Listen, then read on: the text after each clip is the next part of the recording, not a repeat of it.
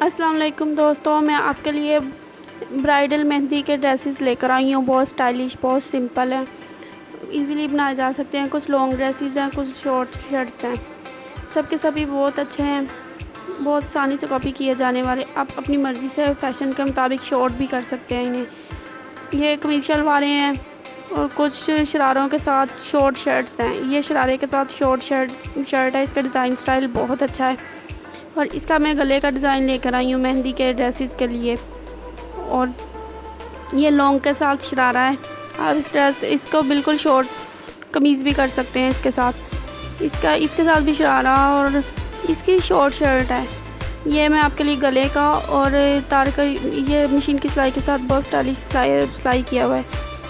इसका भी गले पे काम है, बहुत अच्छे किए हुए हैं ये यकीनन आपको मेरी वीडियो ज़रूर पसंद आएगी। आप लास्ट तक ज़रूर देखिए और अगर आपको मेरी वीडियो पसंद आए तो मेरे चैनल को लाइक सब्सक्राइब ज़रूर कीजिए और मेरी वीडियो शेयर कीजिए।